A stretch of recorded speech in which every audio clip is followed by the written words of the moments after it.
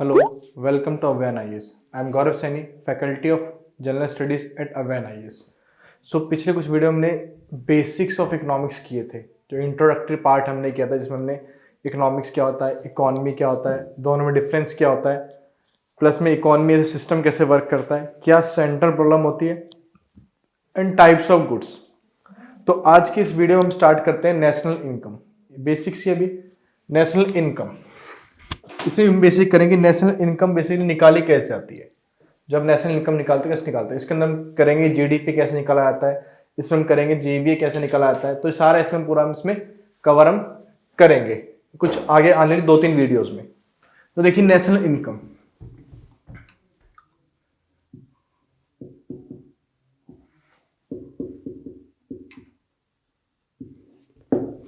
तो सबसे पहले इसमें एक बड़ा बेसिक चीज लेते हैं कि इकोनॉमिक प्रोडक्शन क्या होता है।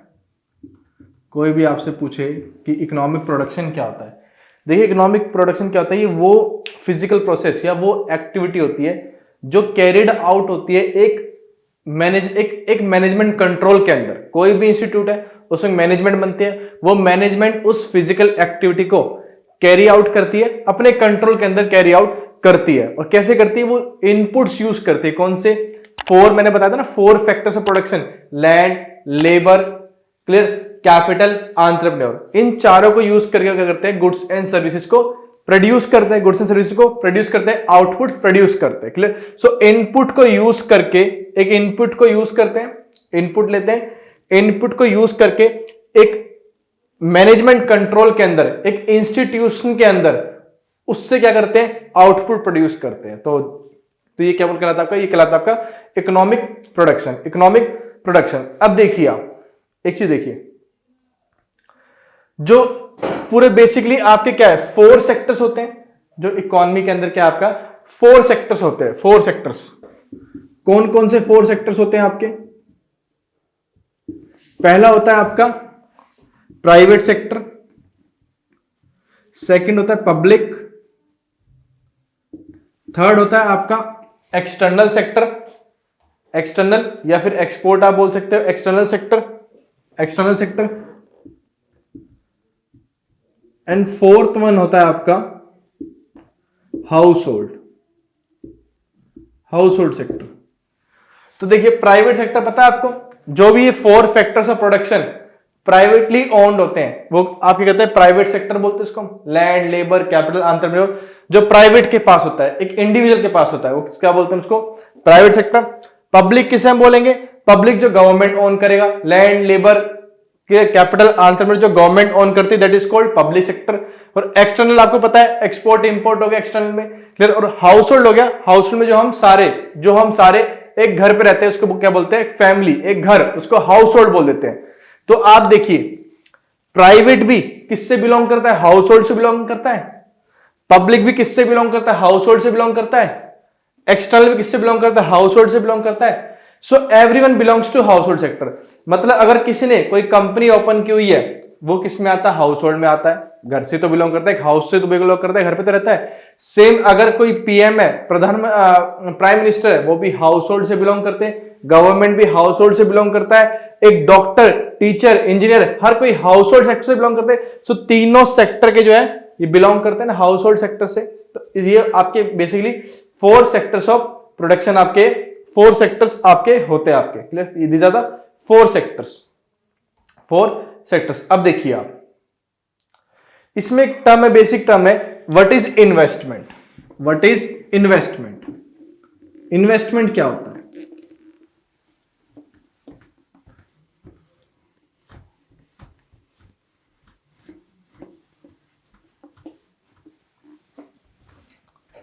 What is investment?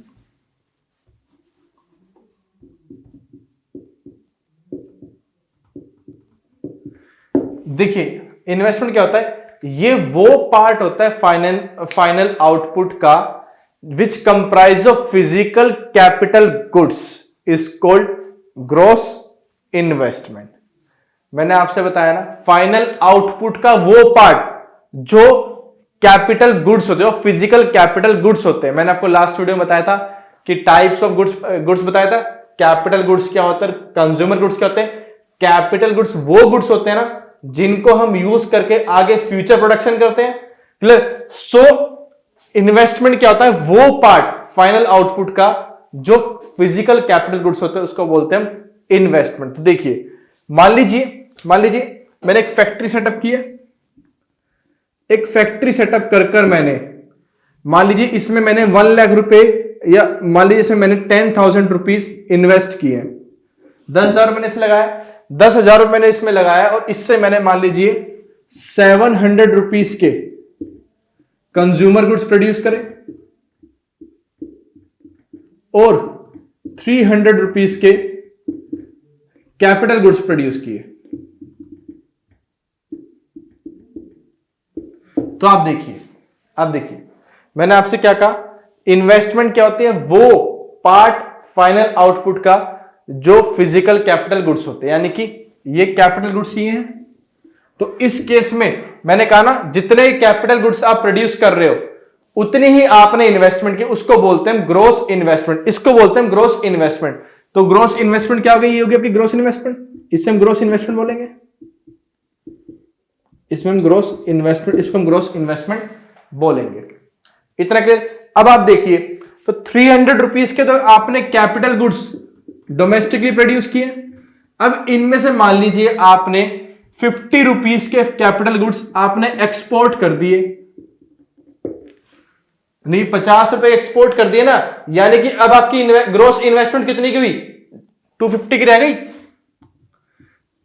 इन्हीं 250 रुपीज को आप डोमेस्टिकली, इन्हीं 250 रुपए कैपिटल गुड्स से आप डोमेस्टिकली आगे चीजें प्रोड्यूस कर सकते हो ना।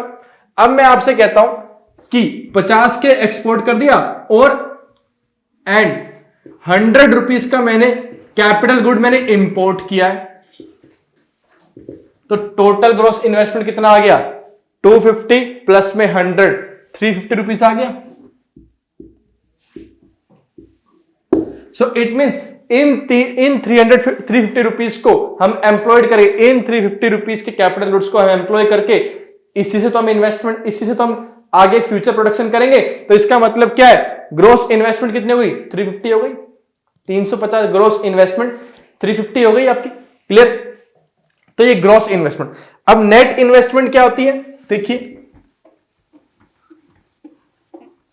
और इसी को ही हम बोलते हैं, इसी को ही बोलते हैं हम, जितना आपका जो आपकी इन्वेस्टमेंट होती है ना, मतलब ये आपने कैपिटल गुड्स को फॉर्म किया है, बनाया है, तो इसका मतलब क्या है, ये जो आपने इन्वेस्टमेंट की यही आपकी कहलाती है capital formation, gross capital formation, यही कहलाते हैं ग्रोस कैपिटल फॉर्मेशन, जो आपकी इन्वेस्टमेंट होती है। क्योंकि इतने ही तो आपने कैपिटल गुड्स को फॉर्म किया है ना, इतनी ही तो आपने कैपिटल बनाई है इस साल, तो यही कहलाते हैं कैपिटल, ग्रोस कैपिटल फॉर्मेशन। अब नेट इन्वेस्टमेंट क्या होती है आपकी,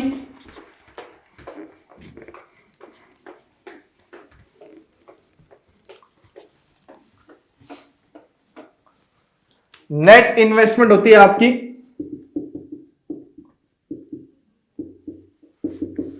gross investment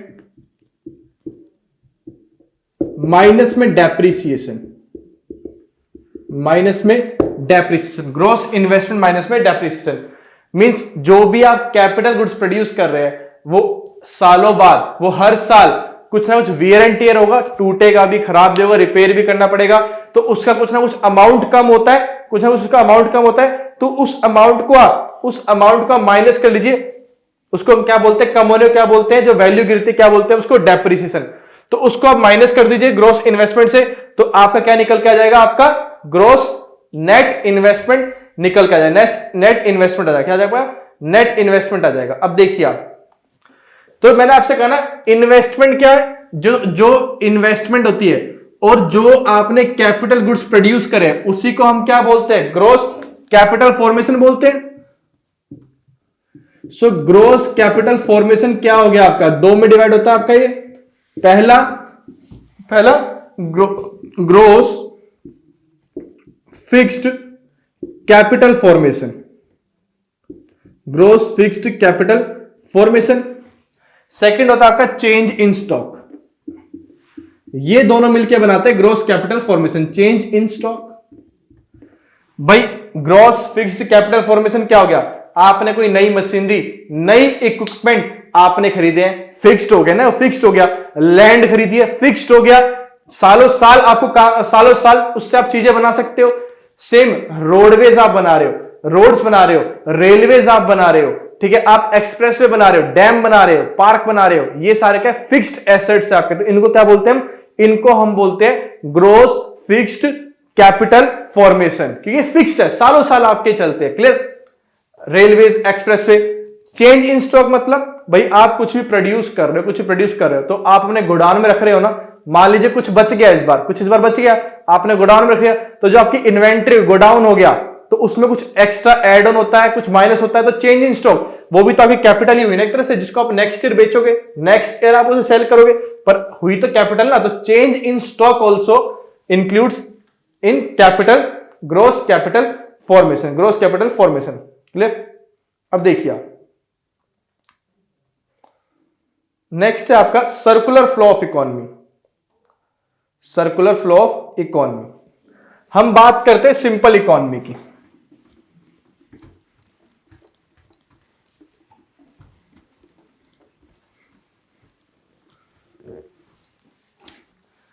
circular flow of economy,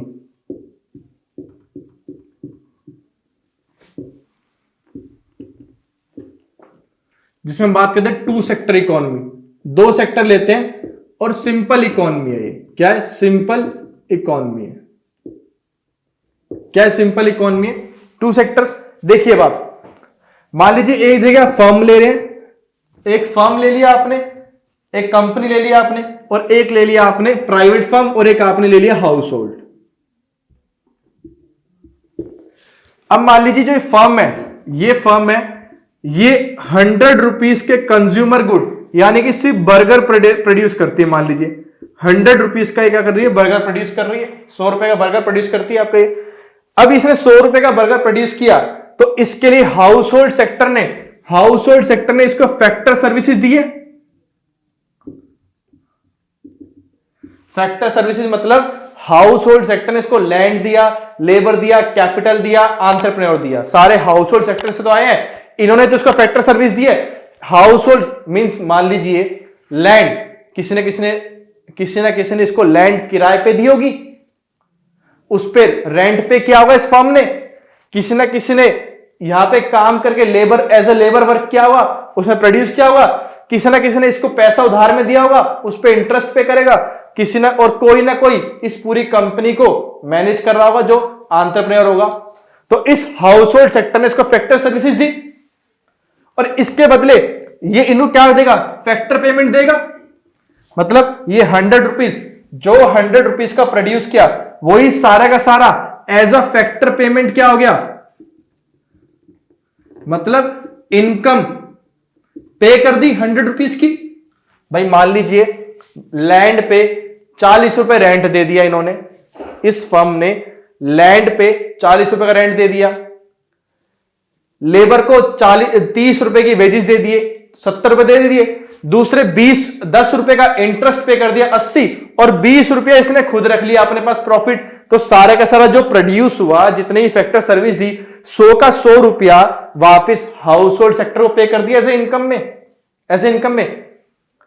अब इनके पास जब 100 रुपए आ गए, इनके पास जब 100 रुपीज आ गए, इन्होंने इस 100 रुपीज से अब सारे के सारे कंज्यूमर गुड्स, बर्गर ही प्रोड्यूस हुआ है, तो ये हाउस होल्ड सेक्टर क्या करेगा? ये 100 रुपए का बर्गर इनसे परचेस कर लेगा, तो इट मींस एक्सपेंडिचर कितना हुआ? 100 रुपीज का हुआ, और इसने बर्गर ले लिए, इन्होंने इस फर्म से बर्गर परचेस कर लिया, और 100 के 100 रुपए वापस फर्म को इन्होंने एज ए एक्सपेंडिचर दे दिया। तो this is simple flow of economy, कि जितना प्रोड्यूस हो रहा है, जितने का प्रोड्यूस हो रहा है, उतने का ही कंज्यूम हो रहा है, और उतने की ही इनकम दी जा रही है। क्लियर? सिंपल इकोनॉमी में होता है। तो इट मींस ये इकोनॉमी क्या आगे बढ़ पाएगी? एक तरह से क्लोज हो गया, मींस स्टैग्नेंट रह गया, इसमें कभी जीडीपी आगे बढ़ पाएगी? नहीं बढ़ पाएगी। क्यों? क्योंकि जितना प्रोड्यूस हो रहा है उतना ही इनकम दी जा रही है, उतना ही कंज्यूम हो रहा है। तो simple economy, two sector economy. अब देखिए एक चीज और, अगर हम जीडीपी जब प्रोडक्शन लेवल पे निकालते, जो फर्म ने प्रोड्यूस किया है, तो उसको बोलते हैं वैल्यू एडिड मेथड और प्रोडक्शन मेथड। जीडीपी निकालना है, gross domestic product. Gross domestic product क्या होता है आपका? पूरे साल में एक टेरिटरी के अंदर, एक डिफाइंड टेरिटरी के अंदर कितने गुड्स एंड सर्विसेज प्रोड्यूस हो रहे हैं एक साल के अंदर अंदर, उन गुड्स एंड सर्विसेज का फाइनल वैल्यू का टोटल सम क्या कहलाता है? जीडीपी कहलाता है। मान लीजिए ये आपकी इंडिया है, इसमें 10 पेन प्रोड्यूस हो रहे हैं, सिर्फ 10 पेन प्रोड्यूस हो रहे हैं, एक पेन का प्राइस 10 रुपीज है, तो 10 पेन कितना हो गया? 100 रुपीज हो गया। तो इंडिया की जीडीपी कितनी होगी? 100 रुपए हो गई, 100 रुपए हो गई। क्लियर? सिंपल सी लैंग्वेज में। ये तो गए टू सेक्टर। अगर हम प्रोडक्शन वाले पे निकालेंगे तो it will be called production method. अगर हम इनकम पे कि कितनी इनकम अर्न करी है, तो कितनी करी है? 100 करी है, तो इस पे निकालेंगे तो इसको हम कहलेंगे इनकम मेथड, कहेंगे इनकम मेथड। और जब एक्सपेंडिचर पे हम निकालें कितना एक्सपेंडिचर हुआ है, इसको हम बोलेंगे एक्सपेंडिचर मेथड। सो 3 तरीके से जीडीपी निकाली जाती है, एक्सपेंडिचर मेथड, इनकम मेथड और प्रोडक्शन मेथड। इतना क्लियर? ये तो 2 सेक्टर इकोनॉमी। अब हम मानते हैं इसके अंदर हम थोड़ा सा कॉम्प्लिकेटेड हम ले लेते हैं। अब हम इसमें एक सेक्टर और हम इसमें ऐड करते हैं। मान लीजिए इसके अंदर हम बैंक को ऐड कर देते हैं, बैंक को। अब इसमें हम किसको ऐड करते हैं? बैंक को। देखिए आप, circular flow of economy 3 sector, थोड़ा सा बैंक को ऐड करते हैं।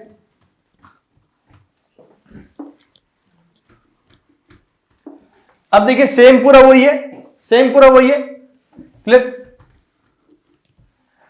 अब फर्म ने 100 रुपीज के गुड प्रोड्यूस करे, लेकिन 100 में से इसने 70 रुपीज के तो बर्गर प्रोड्यूस किया, कंज्यूमर गुड्स प्रोड्यूस किए, बर्गर और कंज्यूमर गुड्स प्रोड्यूस किए, और 30 रुपीज का इसने, फर्म ए है, 30 रुपीज का इसने कैपिटल गुड्स प्रोड्यूस करे। तो सेम मान लीजिए, अब ये मान लीजिए इस हाउस होल्ड ने फैक्टर सर्विस दी फर्म ए को, और इसके बदले फर्म ए ने फैक्टर इनकम दी कितनी? 100 रुपीज की। तो इनकम तो 100 रुपए पे होगी हाउस होल्ड सेक्टर को, लेकिन हाउस होल्ड जो सेक्टर है, वो हाउस होल्ड सेक्टर तो सिर्फ कंज्यूमर गुड्स ही कंज्यूम करेगा, उसे कैपिटल गुड्स से मतलब नहीं है। तो इट मींस इस जो इनको 100 रुपीज की इनकम आई है, इस 100 में से ये कितने कंज्यूम करेंगे गुड्स, कितना एक्सपेंडिचर करेंगे? भाई 70 रुपए का तो खरीद सकते हैं, 70 रुपीज का ही तो कंज्यूमर गुड्स खरीद सकते हैं, क्योंकि 70 का ही तो प्रोड्यूस हो रहा है। कैपिटल गुड्स से मतलब नहीं है ना, इनको तो पर्सनल यूज के लिए चाहिए, इन्हें कुछ प्रोड्यूस थोड़ा करना है, इसलिए ये कैपिटल गुड्स नहीं खरीदेंगे। तो ये क्या करेंगे? इनका एक्सपेंडिचर कितना होगा? 70 रुपीज का होगा एक्सपेंडिचर, और 70 रुपए का बर्गर इन्होंने ले लिया, परचेज कर लिया। अब देखिए, अब यहां पे बीच में आता है बैंक। अब क्या होगा बेटा यहां पे कि ये 100 रुपए में से 70 रुपए के खर्चे थे इन्होंने, तो इनके पास ये 30 रुपीज रह गए, रिमेनिंग है। ये अब ये 30 रुपए अपने पास तो रखेंगे नहीं, ये 30 रुपए कहां करेंगे? ये बैंक में जमा करा देंगे। तो ये 30 रुपए कहां चला गया आपका? ये इन्होंने बैंक में डिपॉजिट करा दिया 30 रुपीज। तो 30 रुपीज अब ये फाइनेंशियल सेविंग हो गई।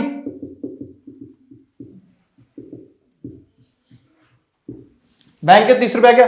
अब मान लीजिए कोई फर्म बी है, इन्हीं में से हाउस होल्ड सेक्टर में से एक, मान लीजिए फर्म बी है, उसने कहा यार मुझे भी कंपनी सेटअप करनी है, मुझे भी कुछ ना कुछ प्रोड्यूस करना है। अब उसे कुछ ना कुछ प्रोड्यूस करना है, तो उसके लिए क्या चाहिए? उसको कैपिटल गुड्स चाहिए ना, उसके लिए उसको कैपिटल गुड्स चाहिए, तभी तो इन्वेस्ट करेगा। तो आप देखिए, अब फर्म बी आया, ये फर्म बी, लेकिन इसको पैसा भी चाहिए। पैसा कहां से आएगा? पैसा ये बैंक से उधार ले लेगा। ये बैंक इसे 30 रुपए उधार दे देगा, ये 30 रुपए सेविंग थी। अब इस 30 रुपए से इसे कैपिटल गुड्स चाहिए। कैपिटल गुड्स किसने बनाया है? फर्म ए ने बनाया है। तो ये इससे फर्म ए से ये 30 रुपए कैपिटल गुड्स इससे परचेज कर लेगा। और मैंने आपसे कहा ना, तो फर्म बी ने अब ये 30 रुपए कैपिटल गुड्स परचेज कर लिए। अब इन कैपिटल गुड्स को वो एम्प्लॉय करेगा, लगाएगा फैक्ट्री के अंदर, और उससे आगे प्रोडक्शन करेगा। तो मैंने आपसे कहा था ना, वो पार्ट फाइनल आउटपुट का जो फिजिकल कैपिटल गुड्स होते हैं उसको हम इन्वेस्टमेंट बोलते हैं। तो ये कितना 30 रुपए कैपिटल गुड्स है, इसको हम इन्वेस्टमेंट बोलेंगे। यही तो फर्म बी इन्वेस्ट कर रहा है ना। तो इसमें आप क्या चीज देख रहे हो, 30 रुपए की सेविंग थी, 30 रुपए के ही कैपिटल गुड्स प्रोड्यूस हुए, यानी कि 30 रुपए की ही इन्वेस्टमेंट हुई है। तो आप ये बोल सकते हो सेविंग इक्वल्स टू इन्वेस्टमेंट। तो इस इकोनॉमी क्या देख रहे हो आप, इसमें क्या देख रहे हो आप, इसमें ये फर्म ए तो प्रोड्यूस करेगा कैपिटल गुड्स, फर्म बी भी आ गया, ये भी प्रोड्यूस करेगा अदर गुड्स। तो इट मींस प्रोडक्शन इंक्रीज होगा, प्रोडक्शन इंक्रीज होगा तो ग्रोथ भी इंक्रीज होगा। अब इसके बाद आपसे थ्री सेक्टर्स ले जाए, 4 सेक्टर्स ले जाए, मतलब इसमें गवर्नमेंट ऐड कर दी जाए, एक्सटर्नल सेक्टर ऐड कर दिया जाए, कुछ पैसा एक्सपोर्ट में, कुछ उसमें, कुछ गवर्नमेंट में, तो अब आप कर सकते हो। तो ये सिंपल हो गया आपका पूरा। क्लियर। तो इस वीडियो में इतना ही। इसके आगे हम पढ़ेंगे जीडीपी वगैरह, नेशनल कैसे निकालते हैं, ग्रॉस नेशनल प्रोडक्ट क्या होता है, जीडीपी क्या होता है, जीडीपी मार्केट प्राइस क्या होता है, वो हम नेक्स्ट वीडियो में करेंगे। क्लियर। सो कोई भी डाउट हो प्लीज कमेंट करेगा, आपके डाउट्स हम सॉल्व करेंगे। क्लियर। Thank you.